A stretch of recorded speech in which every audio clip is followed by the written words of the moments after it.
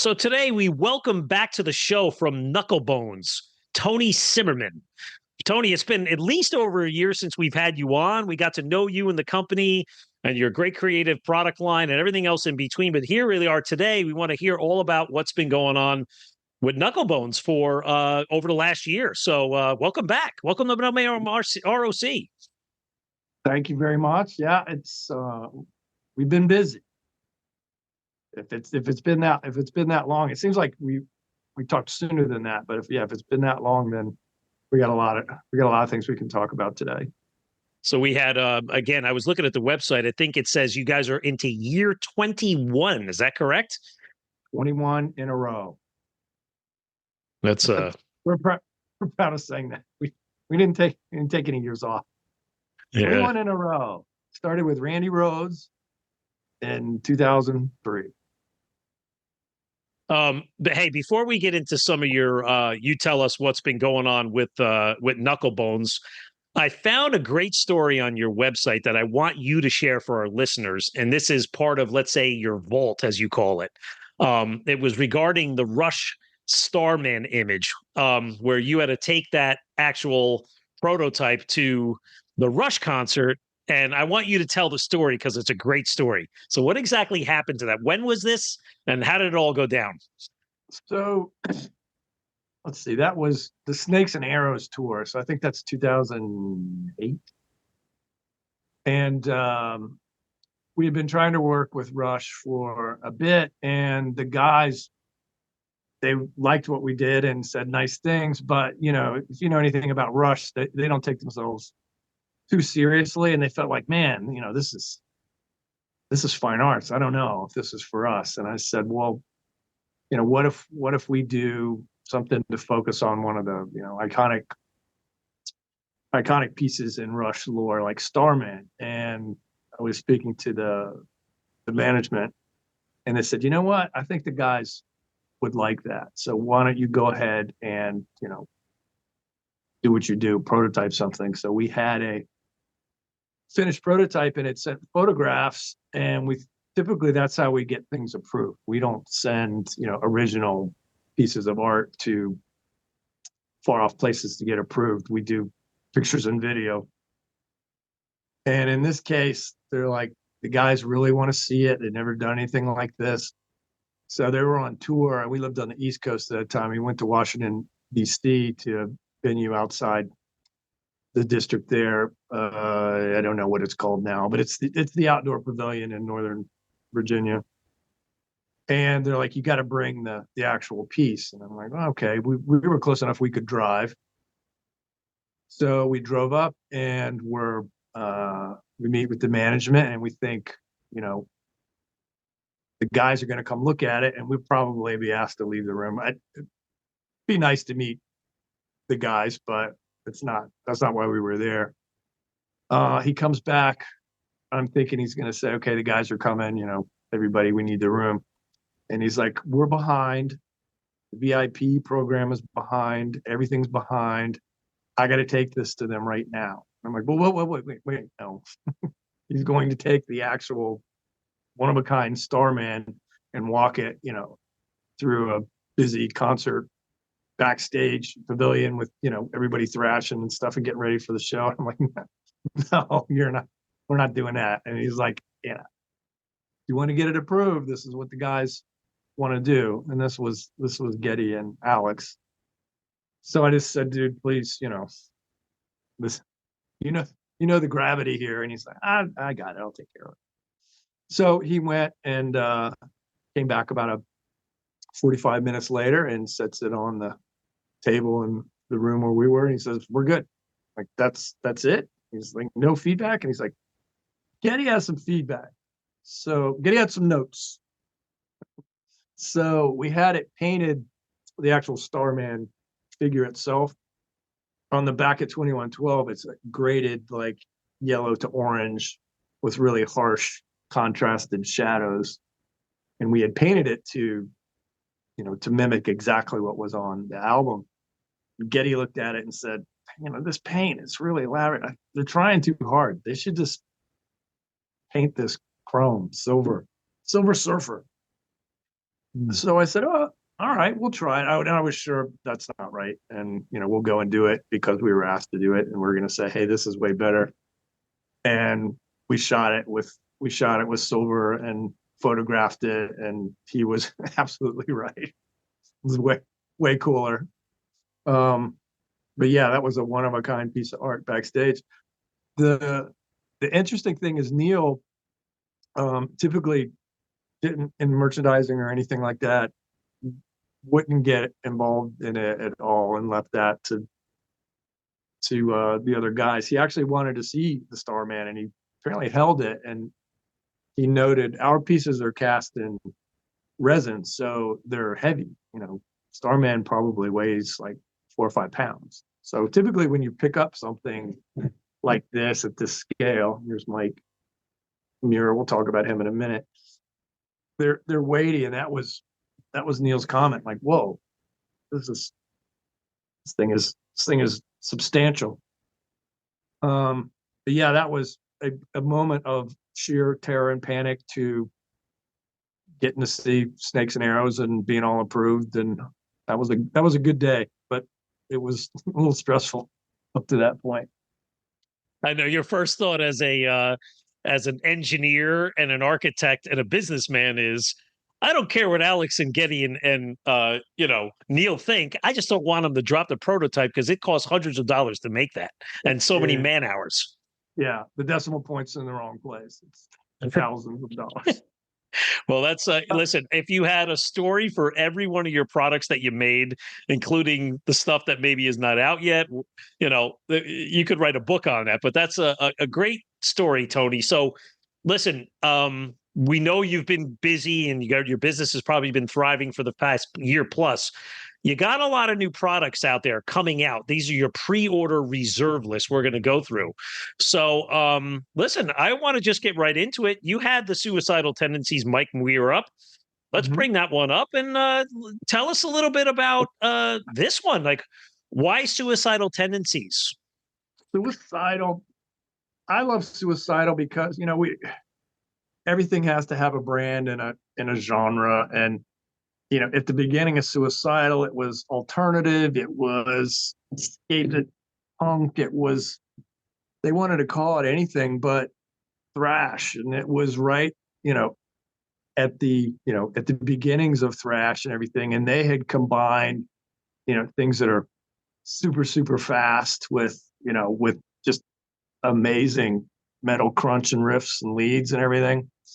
So I before they created a new alternative metal brand for it, always just been a fan of the band. There's nobody like them. Mike Muir is a front man, and just the whole scene they created out of the Dogtown scene. People forget that whole flannel street wear urban style. That's where that came from, and they were just mimicking the stuff they were seeing around Venice and Dogtown at the time, and put their twist on it. And that and the original Z-Boys scene kind of happened all at the same time. So you see, I got my flannel. I got my flannel on today. I mean, we were picking it up, but that's where it came from. So that band, the speed and then the heaviness. There was nobody like them at the time. I think Corrosion of Conformities happened about the same time, but that was a band. It's like, this is new. This is first. I think Scott Ian from Anthrax was interviewed recently, and he basically pointed to that's nobody was doing that at that time, crossing over the punk stuff with the metal stuff. It was still, you could say, Motorhead kind of got people to agree to disagree, the punk and the metal side. But he's like, no, that was actually right in the middle of thrash. They were the first ones to do it. So the management for the Misfits, Suicidal, was opening for them, and we've worked with the Misfits now for number of years, and I just asked them. I said, "Hey, I see Suicidal's on your bill. Could you just mention to Mike that we'd love to work with them?" And they said, "Yeah, sure." I didn't know if anything would come of it, and week after the show, got a note from Mr. Mike, and sat down, did a Zoom call, kind of what we're doing here today, just showing them around some of the things that we're doing. And he dug it, and we were greenlit and got to work on that one right away. This is the first time they've ever approved anything that is, figure based. They do great merchandising in the traditional categories. It's the Dogtown logo there. They had been approached about this tons of times and let some people prototype it once. And he's like, everything I was seeing, it was like Marlboro Man, not in a good way. That's how he described it. Okay, we'll try to avoid the Marlboro Man look. Well, Tony, they were great because my memory of the Suicidal Tendencies, I mean, again, they had a little airplay on MTV. They were one of those bands that didn't quite fit in a particular genre, right? Exactly. They were street, but I remember seeing them at the Meadowlands Arena in the July of 1991 in New Jersey, opening up for Queensryche on the Empire tour. They were the support act, and it was an odd pairing because Queensryche was at their peak. Though. Those are two of my favorites. Yeah, but can you imagine? Like, here it is, a hockey arena, 19,000 people. Queensryche's at the popularity of their commercial success with Empire, and then they bring this band in who was popular. And they were on the air, but, you think about a match, like definitely a weird match. But that was probably the only time I've ever seen Suicidal Tendencies. So, yeah, so that Queensryche, you would progressive metal versus punk metal. But yeah, that's like what, mid 80s, late 80s. Yeah. So, that's just the important, no real internet yet, like we would understand it today. And you had your 3 or 4 music magazines that you might catch something like that. And you'd go to a record store and maybe they were playing it. It wasn't going to get radio play, but we had the Ball, Headbangers Ball. And that's where we found out about a lot of these bands. What a shame. What a shame that doesn't. We've got the fire hose now. I guess there's a million Headbangers Balls around everything, but that was special. That was curated, and you get to see a band, and back when videos were wacky and cool, that was a good time. I missed that. I know. Well, speaking of the Misfits, who you mentioned earlier, I'm not a giant fan of Misfits, but they are a New York, New Jersey area band. I mean, fully respect them. They're in that kind of punk metal scene, but I see you got a couple of great products coming out. One of them's right over your left shoulder here. And the other one I like is of the green, the Jerry only one. I find that one cool because it's just Jerry. It's a skull. He's got his cool crazy hairdo, and I mean that one stands out. So Jerry released a solo record earlier this year, so we would consider this 3D vinyl, anything that's inspired by the album art. So this is the 3D of the album illustration. And so you got the troglodytes in the base there, if you can see that,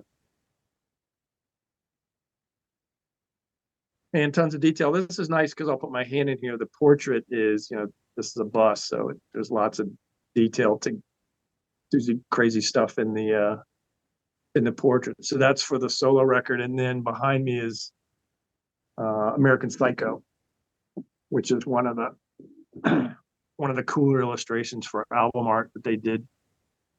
Back behind me here, and that's also 3D vinyl. And then was it 22? We released Jerry Only in the full Misfits, stage regalia. That's the Rock Icon series. So anything that's a live performance piece, like with Mike, we consider that the Rock Icon series. Then we got 3D vinyl, which is anything album art associated, and then we got series that we call On Tour. So anything that was a piece of equipment or a tour prop. So here is the Hell's Bell from this year's tour. That's what they went out with. This one's silver, not gold. The original Back in Black one was gold back in the 80s when that came out. So this is a functioning road case. This actually, the Hell's Bell actually goes in. You can see that. So that's called On Tour. So Pink Floyd Pig, the Hell's Bell. We've got a few new things that'll be coming in On Tour, but we've got the different series because some years ago now, 8 or 9 years ago, we were at a couple of trade events or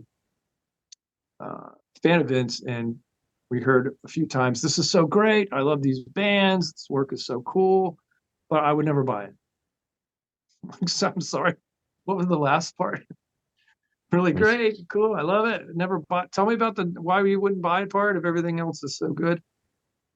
Just never into the figure category. There's some people that never bought a bobblehead or a toy or a G.I. Joe or a Barbie and just not into the figure category. And that's when we came up with 3D vinyl, because everybody wears a t-shirt with album art on it. In some cases, 3D vinyl can be mounted on the wall. It's flat like the record. And then On Tour was speaking with Pink Floyd management, and we were watching before we had met, I had watched the Pompeii film with the slow tracking pieces, all the Pink Floyd equipment and everything, and the road cases, Pink Floyd London. I thought that'd be a cool collectible to have right there. I told them about it. They're like, "Yeah, well, why don't you put the Pig in a road case?" So we did Algae for Pink Floyd some years ago. I think that one's still available. We've kept that one in production. It'll be sold out soon. Everything that we do is a limited edition, and it's officially licensed. And when it's gone, it's gone. We haven't 21 years, haven't re-released anything, and won't.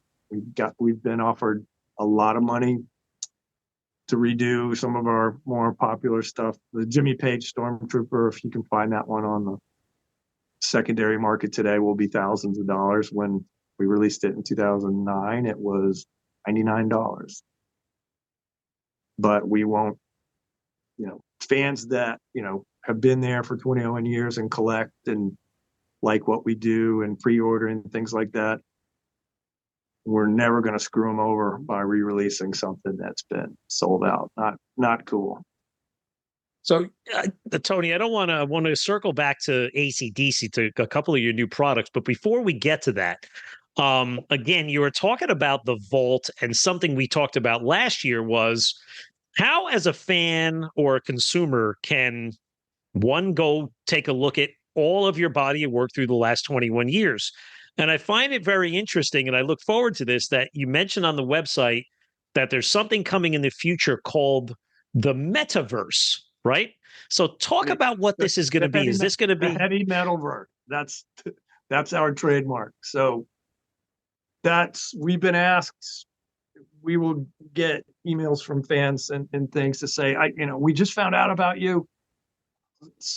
Any way you're going to release this, and the release in the past, and we have to say no. Where can I see, everything that you've done? And the answer is the only way to do that would be for us to go to we do have a physical vault where original castings and everything are archived. But, over 21 years, should we have planned and done, planned to have something like that? Of course. Did we? No. We're so frantic making this and moving, keeping the train rolling with the next thing. So Knucklebonz 21 years, but I was in the TV film 3D animation effects business and 3D games for a decade prior to that. So the whole idea of a digital collectible and being able to do things in 3D, we know a lot about that, but the original NFT wave, we just kind of sat out because we saw that as maybe a little exploitive and not creating real provenance and value for what something is made for in digital. So we decided, you know what, we have requests for this, so why don't we build our own 3D museum in the metaverse, and you'll be able to walk through it and at least see 2D images of everything and see our entire history. And then we started talking about this with the bands that we worked with, and they saw it and said, "Holy shit! You know, we need that ourselves." You know, the Pink Floyd Vogue Museum that was in Hollywood, you know, it was one place and took forever to build, and you had to be in Hollywood, Los Angeles, Hollywood to see it there at the Vogue. You know, what if we were to do that same thing, but you know, every fan in the world could see it, you know, 24/7, 365 days. So we actually started prototyping what we're going to roll out this fall, all the way back in 2007. And just technology, the device capabilities and things just could be done, not very broadly, not particularly well. Everything's come together now where we can do something really cool. So that'll stay tuned. I don't want to give away some of the fun that's coming, but yeah, that'll be sometime this fall.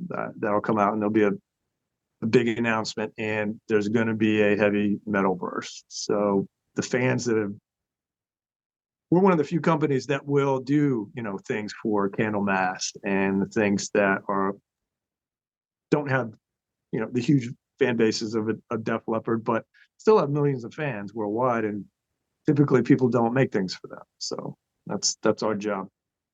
Yeah. Well, we look forward to that because I think, again, that would be awesome to be able to have one place to look at kind of your whole history of everything from the past to the present. But hey, Tony, earlier this summer in July, I was invited by John Jackson, who runs the Bon Scott official family estate, to join him for an interview to promote what would become the Bon Scott birthday concert. And this was the first one ever held in the States. It was a great event.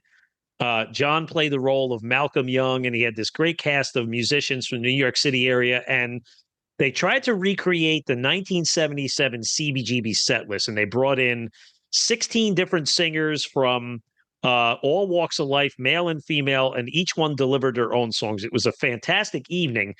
But we were talking about what would become the Bon Scott collectible that you were putting out on Knucklebonz. So I love this one because it's great, and it's got the whole bagpipes thing in here. It's got the Scottish flag.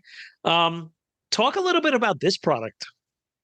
So I guess it would have been earlier this year, the estate came back and said that they were going to be doing some anniversary things and had that concert come up, and we had done a Bon Scott collectible for him and his jean jacket, you know, from, you know, probably mid-70s, I would say. But I think we had gotten to the end of the production and we were maybe sold out, and they came back and said, you know, could we do another one? When they asked, they immediately said, you know, and they said, what about the pipes? And I said, from Long Way to Rock. Yeah, let's absolutely do that. And, you know, let's do them in the white tux and the shirt. This is a moment everybody knows, you know, when it is. You know, that's very early in AC/DC's career, in the US anyway. Maybe that's the first time you saw AC/DC with that video, because the records, you know, were split releases for US and Australia. So that we just basically there was two bits of video. There was the video that we did with the, you know, with the tux, you know, that's pretty much right out of what that looked like. And then they did it again for a TV show where he had a Superman shirt on.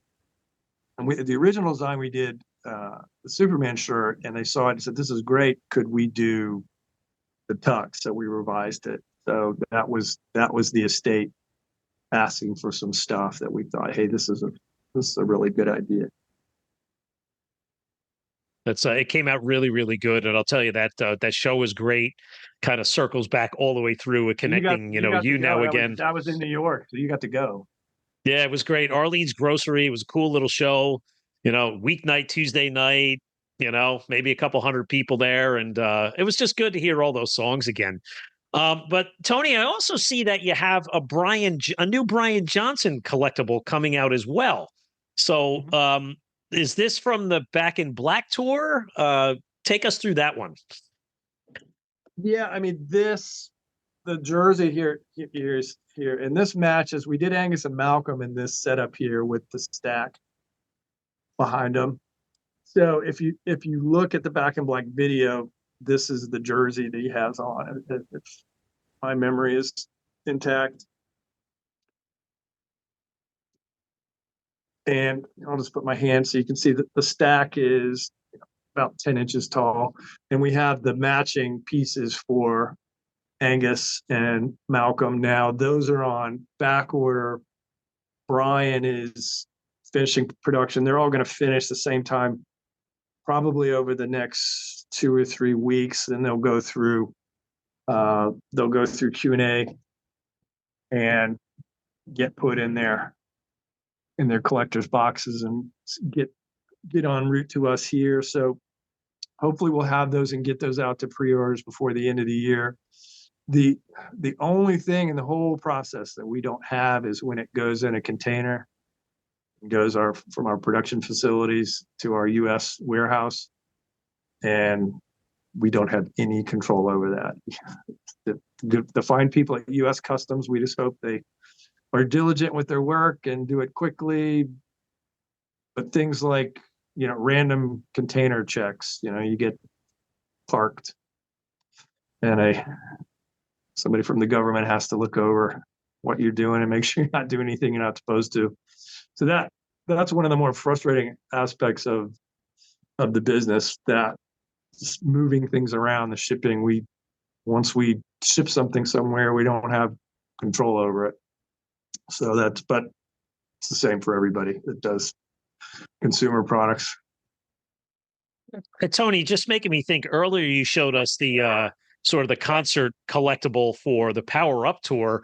I mean, the Power Up tour, they did the Power Trip one-time performance last October in the Polo Grounds out in California. And then, of course, this summer they toured Europe. We can only hope and assume that maybe next summer they hit North America. But where did you get those? Is that Power Up road case? Is that like fresh off of what was kind of just with them this summer in Europe? That's what we envision. We look at the bell. We actually got somebody to go backstage and photograph the bell before the first performance, and this is different than the Power Trip one. And we did the original Hell's Bell for the Back in Black tour was gold. So this one was silver, and this logo featured the orange, the blazed orange with the yellow highlights logo for everything. So this was how we envision the road case. The bell goes in a case just like this. Do we know that it had this particular logo on it? Probably not, because this is us just thinking it's cool. As a touring case, they're not probably going to the time and expense to do color logos on it. So that's our take on it. But the mallet and everything is like what was toured this year. And we were supposed to get to Europe to go to either the show in Wembley or Dublin, and like always happens, we have all these grand plans, and we're pinned down here doing the Knucklebonz work, so we didn't get over there. So like us, like you, we hope that there's going to be a U.S. leg at some point. I mean, it was so successful. We can only hope. If I had any intel on that, I'd be happy to share it with you when I do speak to the the management, we always ask and they nod politely, and we don't know anything. I could only imagine. I'm assuming it's going to come here. And listen, the time is of the essence. These guys are getting older. They can't tour 8 months out of the year anymore. And you know what? If they need 6 months off, that takes them another year. They're that much of a year older. But listen, I will tell you, Tony, sometimes I wish I had your dilemma, right? You could either go to Europe and see AC/DC, or you can sit back and make the hammer that goes to the bell. Or work Tough on problems AC/DC. to have. Tough Yeah, problems yeah. to have. Listen, if you ever We want to got it. contract John and I out as We got it. contractors for Knucklebonz, you can gladly send us over to Europe to do some of your dirty work. We're all in for that. We have to, yeah, smack ourselves every now and then. Remember that, what we do is, it's hard work and all the things, and owning a company. But yeah, at the end of it, it makes it easy to get up every day. When I'm not traveling, I'm in the studio here every day. Yeah. And it's not like, we want to talk about how much we work. This is what we do. It's part of us, and we're just here every day doing it. Right. Some people work in the biotech industry, such as me, and some people make high-end rock and roll collectibles. Everybody has their part in the economy. But right. Hey, Tony, and the other collectible over your left shoulder, it's Zakk Wylde, but this is not Zakk Wylde Black Label Society or Ozzy. This is the Zakk Sabbath collectible, and I was fortunate enough to see that show in Brooklyn a couple of years ago, and I believe he only sports the kilts for the Zakk Sabbath shows. And it's a great concert because it's all your best Ozzy tunes done with a trio, and he jams them out, and it's a cool little show. Yeah. So in this case, he will wear his BLS stuff for those sets. And he may have worn the kilt for some of the earlier Pantera shows. I could be wrong on that. I'm sure somebody will in the comments tell me how I'm wrong. But I think he would do this with Ozzy some as well, but definitely a signature bit of Zakk Sabbath. And then we've got Zakk has his own guitar company, so all the guitars that he had, those patterns, we were doing those for that piece, and we're working right with Zakk and Barbara Ann now versus through a merchandising company. And we don't live that far from each other here in California. Zakk was, I think, the third statue that we did back in 2005. Memory, it was Randy Rhodes from Diary of a Madman era. It was Slash, Velvet Revolver era, and then I think it was Zakk that we did the statue for. And that there's a sad story with the first statue with Zakk. We had gotten introed, and we were actually going to go. I actually was on the way to LA, and we were going to do a photo shoot. Zakk lives not far outside of Los Angeles, and really well-known photographer Niels Lozauer is close with Zakk, and he said, "Yeah, I can get him to come to the studio, and we'll do some photos to help with the reference for the statue." And I'm up really early, catch a flight to LA, and I just go and look at the computer as I'm going out the door, and I see a news flash, guitar player shot on stage, and it was the night we lost Dimebag. So I'm seeing that ready to go to a plane, and it's probably 3-4 in the morning. So we're panicked. We don't know what to do. Do we try to get a hold of Zakk or his management? What do we do? And Ashley, the co-founder, and I talked about it, and said, "You gotta go." For some reason, he wants to work that day. You can't, not show up. So I was actually on the plane, and the management called me and said, "Yeah, Zakk's." If you ask if we had heard, and I said, "Yeah." He said, yeah, Zakk's already on his way to Dallas, so it's off. So we ultimately hooked back up and did the statue, but that was a sad day. Yeah, certainly. Have you had a chance to see the Pantera tribute with Metallica? I haven't been able to get that. Again, that's one of those, yeah, because we work with Metallica and we work with Pantera and we work with Zakk. That's something that we could sort out. And invariably, they haven't been here with both of them. They came to Seattle and LA, and just we were too pinned down to do it. I definitely want to. Yeah, I want to go. My hope is, they're gonna stay out and continue to do more tours. It's been so successful and so well received. But I saw Pantera 3-4 times, but haven't seen the reunion yet. Well, I will tell you, just what you hear, it just sounds amazing. It was John and I and the Metal Mayhem ROC crew.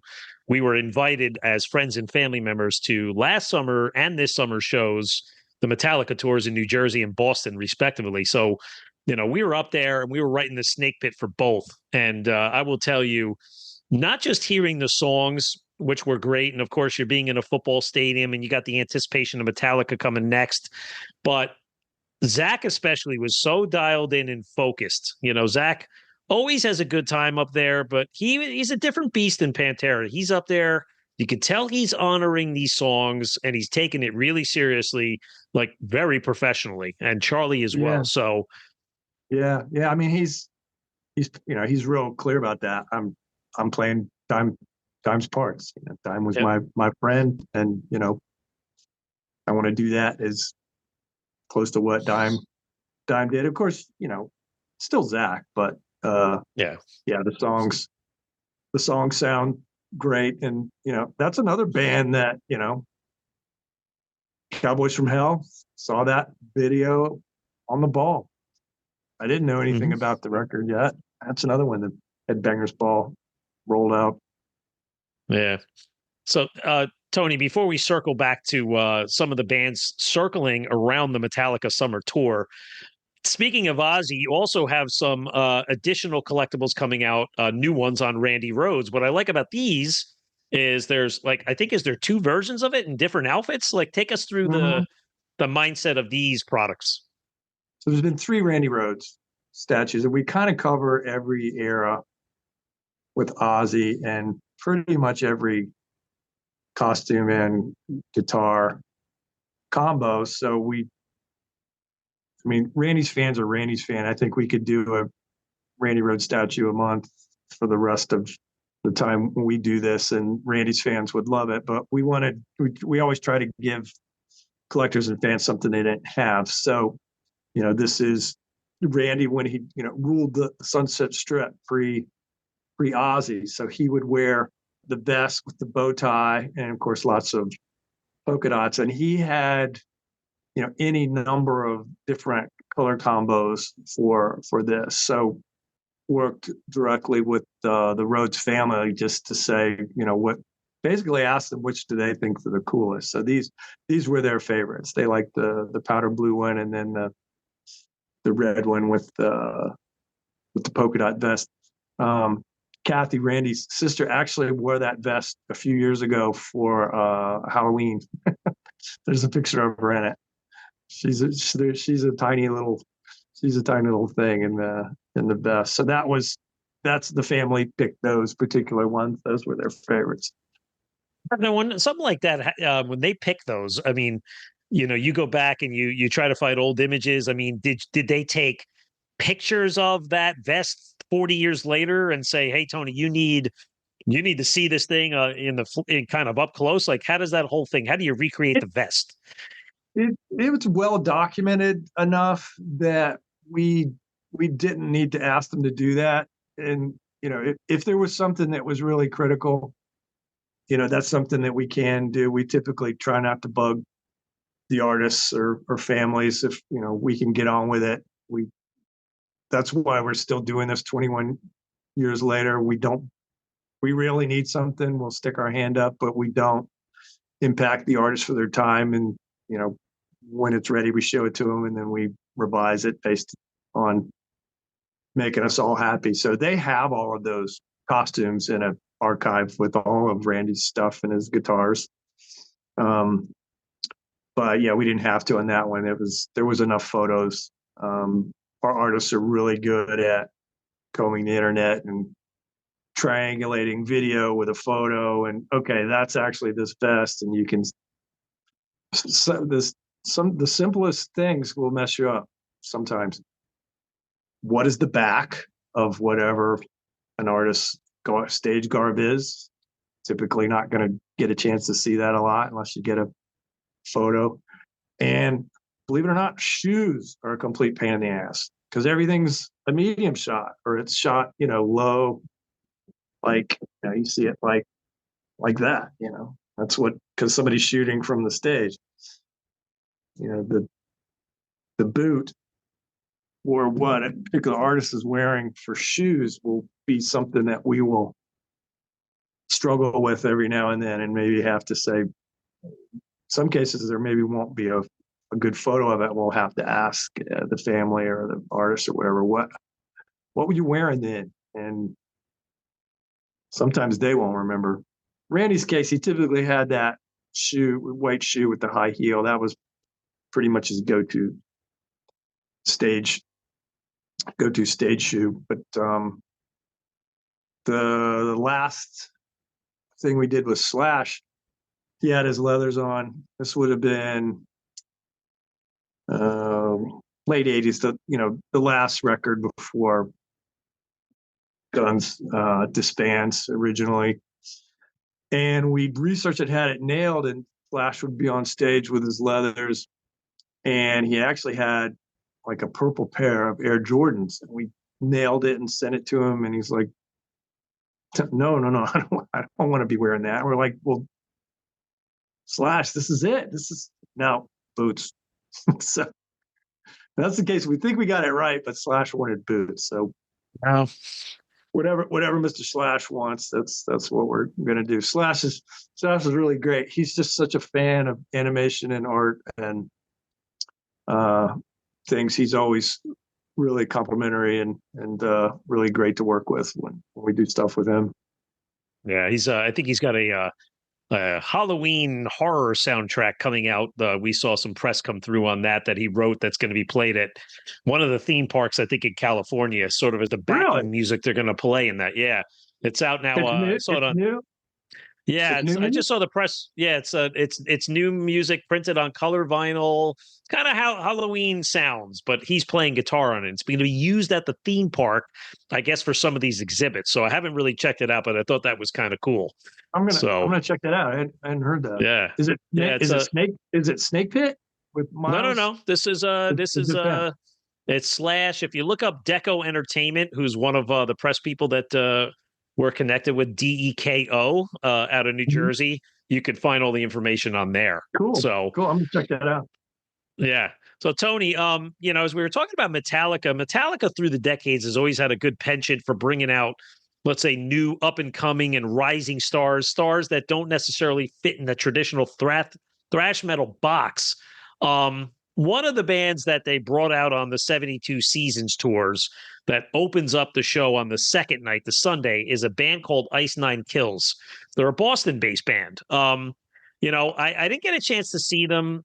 They definitely are pulling a younger crowd, but I think they also have this kind of horror slasher movie feel to them. And I see that you have a collectible out there now for them. I mean, visually, it's a great collectible. So take us through that one. Yeah. So this is Spencer. And yeah, if you see this band, basically every track, every song will have a horror-based theme, and they will do, some stage theatrics around whatever that is. So here's the chainsaw here. So and they have a lot of fun with it, and it's super heavy and fast. And yeah, this is people will say, Knucklebonz, eventually you won't have a business because, there won't be any, there won't be any metal or rock.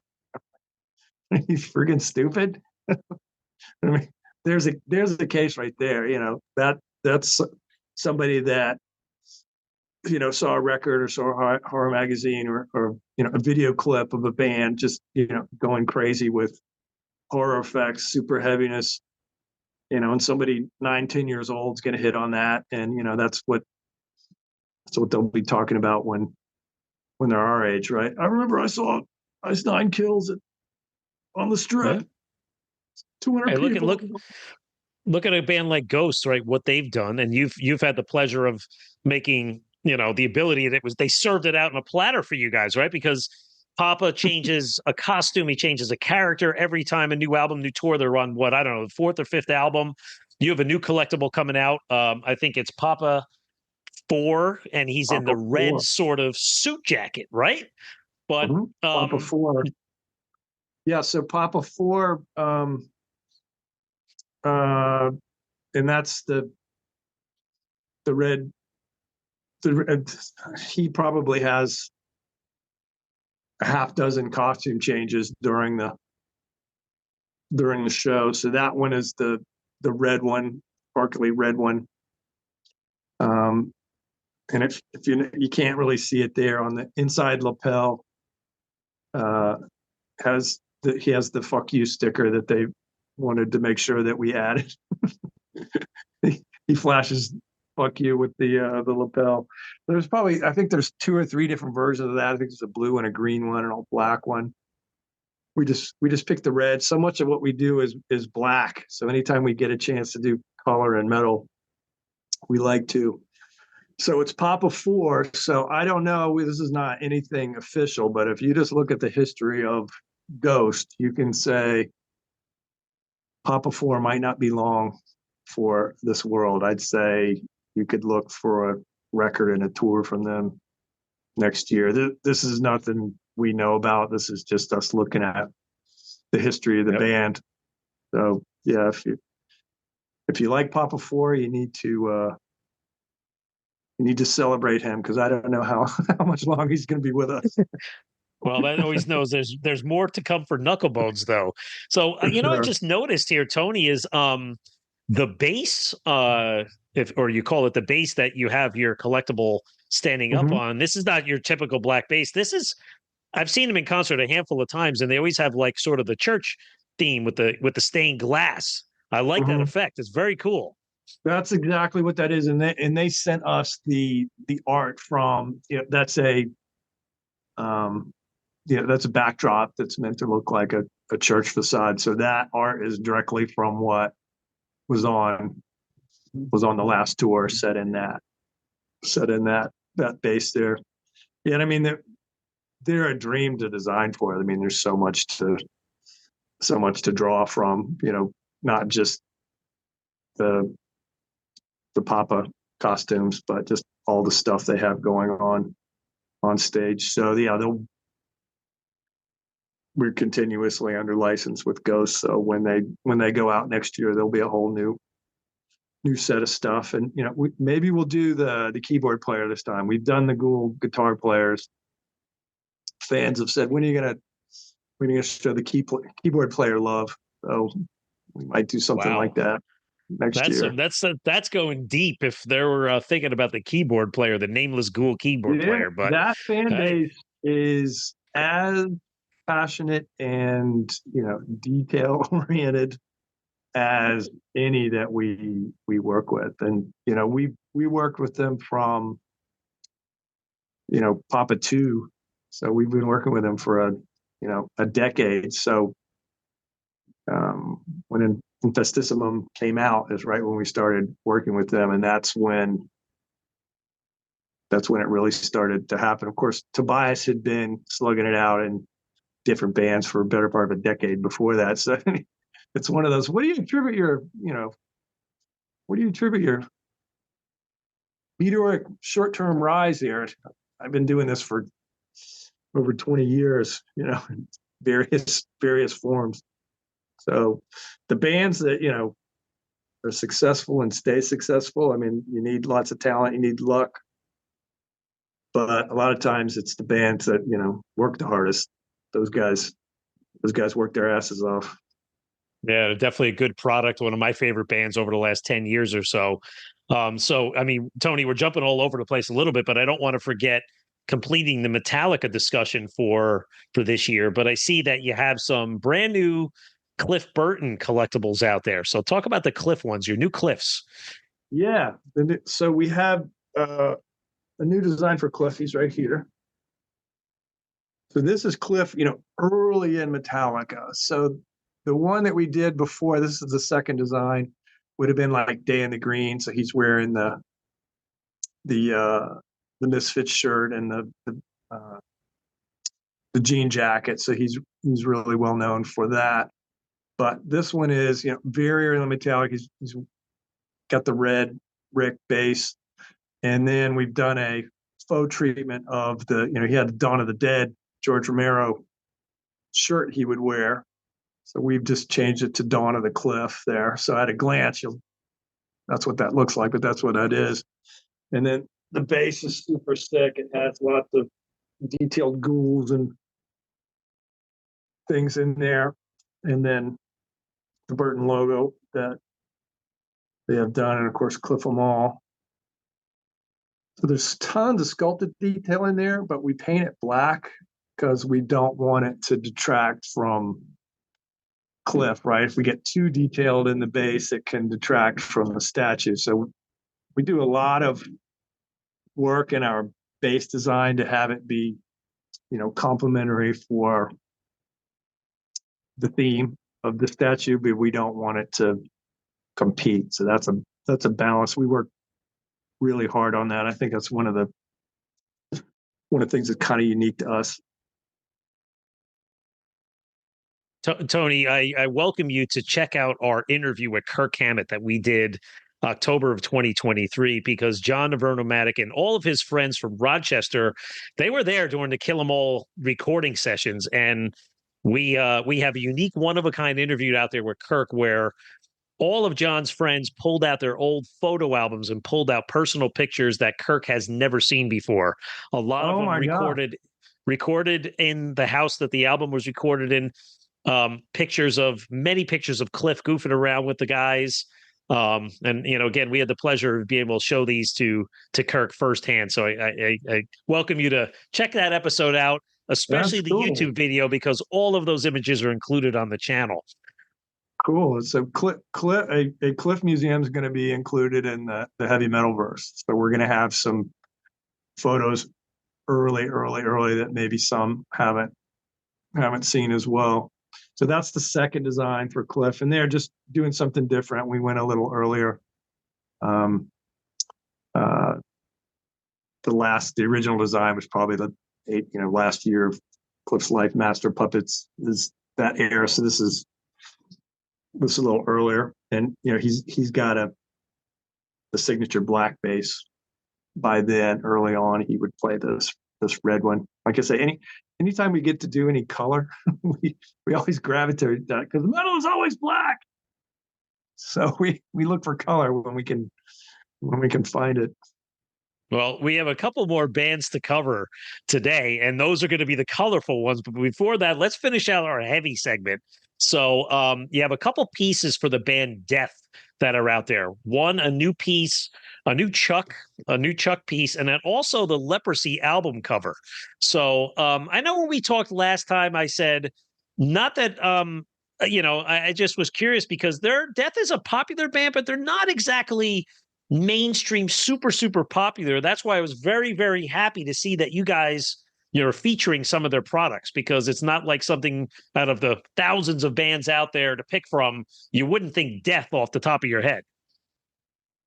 No, but I mean, and the reason for that is, you know, we sadly lost Chuck as a young man. You know, they're really starting to hit stride with, you know, all the things that they could do musically. Chuck was such a talented musician. So the original design was Chuck, you know, probably like at the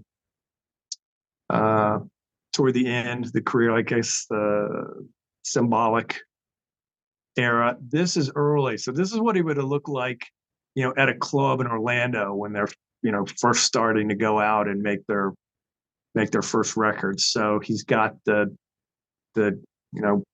thrash and metal. The white high top was a thing, so he's got that going on, and then just a death cut off t-shirt. His hair was naturally a little more curly, so some fans hated on us right away, saying that's not Chuck didn't have curly hair. Trust me, he lived in Orlando where it's 92 and 98% humidity. That's what his hair looked like if it wasn't.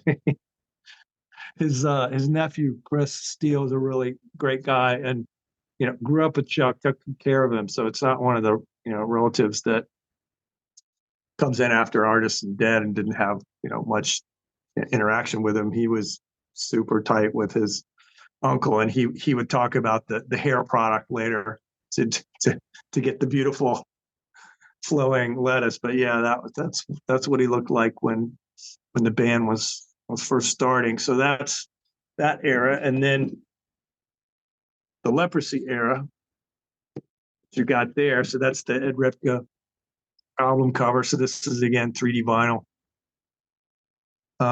Repka's just such a great artist and did so many great covers. This is a favorite here. This is another one that'll be there'll be a digital experience where you can walk around that entire album cover in the heavy metalverse when it launches. I've actually got the color master here. Look at that. What attention to detail on that one. Beautiful. Yeah, I mean, the artists were celebrity likeness is super hard. When we get a chance to do something that's fun and we want to match the album art, but it's you're doing a zombie. The artists were fighting over getting to work on that one. Celebrity likeness is especially at this scale. So if we hold up a statue here, just to give you, we've got the size of a thumbnail, basically, to do the portrait. So when we get to do something that's just a little more ethereal and dark, artists love to do that. It's a little more fun. Celebrity likeness can be tedious because we're not doing our take on the artist. We're trying to make it look like you were there live in '88, with Chuck, or at a Venice party with Mike Muir in the '80s, early '90s. Well, what about your new Def Leppard product, right? I think this could be it's at the Hysteria tour where you have all 5 band members. I mean, a beautiful piece of art, but you got to recreate all 5 band members as if they're, on stage performing or, kind of taking a bow to the audience, to the crowd. I mean, beautiful piece of work there. Talk about this Def Leppard collection. So that's Adrenalize, and that would have been 1992. So Steve Clark's not touring with the band, and Vivian Campbell tells the story that there was a long courting process to get him to come on to replace Steve Clark, and he basically just said it was never really about me playing guitar. It was just, can we all hang out together? Because those guys are all super tight guys from Sheffield, right? So he would have been, an outsider, such as it was. So he said it was kind of a better part of a year. So Hysteria tour is like '89, I think. So that's '92. So that's he recorded that record with him, and that's the first time he tours with him right there. So '92 at this point, yeah, Hysteria had, he came off Pyromania, super successful. They take forever to do Hysteria, and Hysteria is, what it is now, the classic. So that's a hard thing to do, follow up on two records like that, but that was a great record and great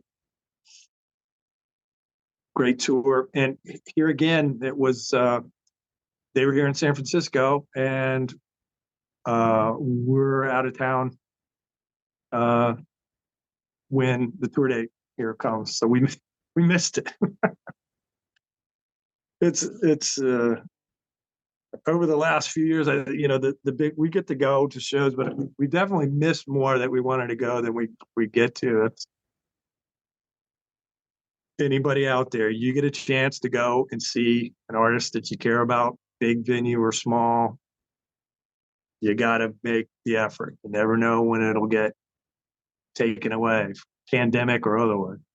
No, I mean, I try to go to as many a concerts. I feel like I go to one every 2 weeks because I live in the tri-state area of New Jersey, New York. You go one direction, you got 100 shows a night. But I mean, the Sammy Hagar Loverboy tour was amazing this summer. The Deep Purple tour that hit recently this summer was fantastic. And then I think who's out front for Deep Purple on this tour? Well, it's Ian Gillan, Roger Glover, Ian Pace, Don Airy, and their newer guitar player. He's a young guy in his late 30s, Simon McBride. He's an Irish musician. So, Tony, they're one of my favorites of all time. I would love to see a nice stage set of Deep Purple. Have you tried to get those guys? But Ian Gillan is back. That one, one of my favorite bands, Deep Purple and Rainbow with Richie Blackmore is one of my all-time favorites.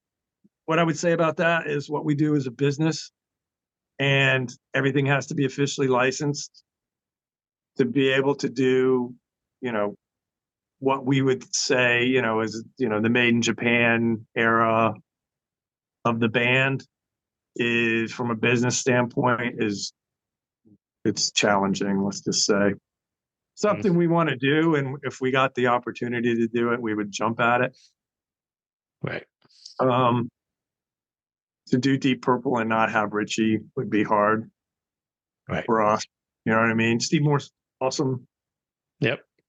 But there's a reason those guys don't tour together. So if it's a Deep Purple thing, there's challenges. It's not, people will say that we'll get, where the hell is Van Halen? You've been doing this for 21 years. It's not our fault. Right. It's not like you don't want to have those out there. Something is obviously missing. There's a reason for it. Right. Yeah. Right. Tony, I don't recall. Have you covered Judas Priest in your collectible history? So you have Judas Priest. What eras were those again? Priest would have been Screaming for Vengeance, the Bloodstone, the Halfords in, basically it would be post Unleashed in the East leather vest with the hat, and the guys are Glenn's got a red and black vest. KK's all black. He was typically all black. We did the three there. That was really challenging to get through production and get everything approved. I think we did Halford with the hat and Halford without the hat like 4 different times. So I think it took us 2 years to get through all the approvals for that. So, but again, like you were saying, nothing on the horizon for them right now. Well, at least you got them during their, let's say, their colorful period, right? Screaming for Vengeance and Defenders of the Faith. You got some blues and reds and oranges, a little red, and yellows. Had some red with Glenn. Maybe everybody else was pretty much black, and that's something that I think we'll revisit at some point. But now, KK's doing, KK's Priest, and fans are gonna. Ultimately, we do what fans want. The reason exists here. We can do things we want, but we ultimately have to make things that people want to buy. So, Priest fans, if you're listening, tell us what we should do there to have KK again, everything, and do that as a set would probably be hard to get approved. But I mean, there's a good example of we don't re-release anything and everything's limited edition and everything's officially licensed. If you can find that set, that's mint in box, and you bought them for $99. Those are worth a lot of money these days. Well, speaking of bands that have good control of their businesses, the last product we want to showcase for you today, Tony, and this has been a great hour, is the Kiss Destroyer set. I mean, this is beautiful. So talk a little bit about this one. Destroyer, we've been doing stuff with Kiss for a better part of a decade. And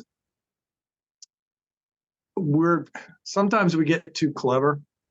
And you would think, well, you probably would start with Destroyer. That Kiss fans are going to argue, but I mean, Kiss goes, from Alive when things blow up for them, and this is the first studio record after that, and many will say this is their finest studio record. And when costumes go from, pretty neat and platform shoes and some studs and stuff to, to this, nobody had really ever seen that before. So that was there. I got to see that tour twice with opening act. I want you to want me. Cheap friggin' trick. That's a nice bill. Yeah, hell yeah. Hell yeah. Budokan, right in the Budokan days. I mean, right in the pocket. Holy shit, what a good live band. That's a top 5 show. I think I was 12 and got to see Kiss. It was close. Flash pots were singeing my eyebrows. It was awesome.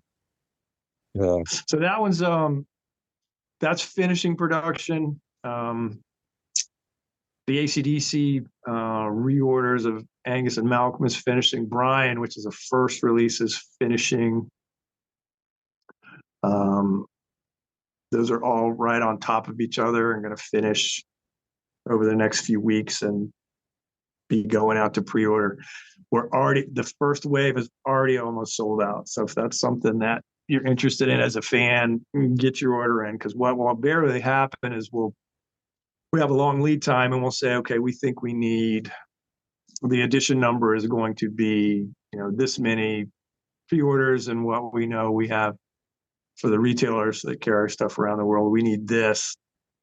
And production's gone on long enough that we think by the time we land our pre-orders, it's going to be, all the pre-order wave is going to be completely gone.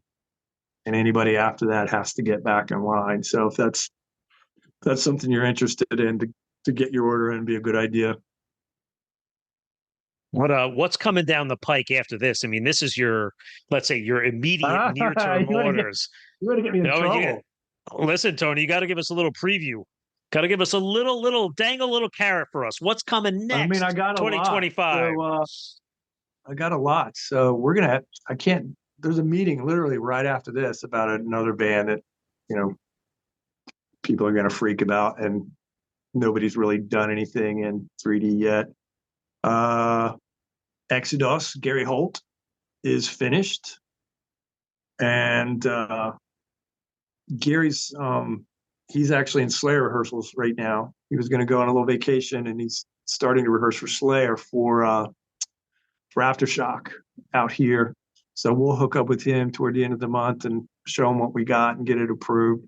So that'll be something that'll launch for at the end of the year. Sleep Token is finished, and so the vessel with his mic stand with the trailing banners is super cool. I'm looking on the other side of the camera. It's actually right over there. I can't show that to you yet. Sorry.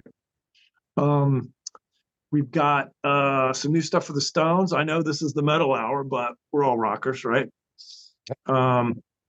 We've got the Stones lick logo. We've done a statue that's about this big of the tongue, Stones lick. And we've got the classic version, the Hackney Diamonds version, which is like cast like a diamond. It's semi-transparent and cool. And then we have a flag version with literally every country in the world. So there will be about 42 different versions of it. And that'll be rolling out, this fall. And then let me just think, what's in sculpting right now? What can I be like super scoop with? Max Cavalera, Sepultura, and Soulfly. So Max, so it would be like late 80s. He's transitioning from Sepultura to Soulfly, and he's starting to wear the dreads. So it'll be that era with the Brazilian green guitar.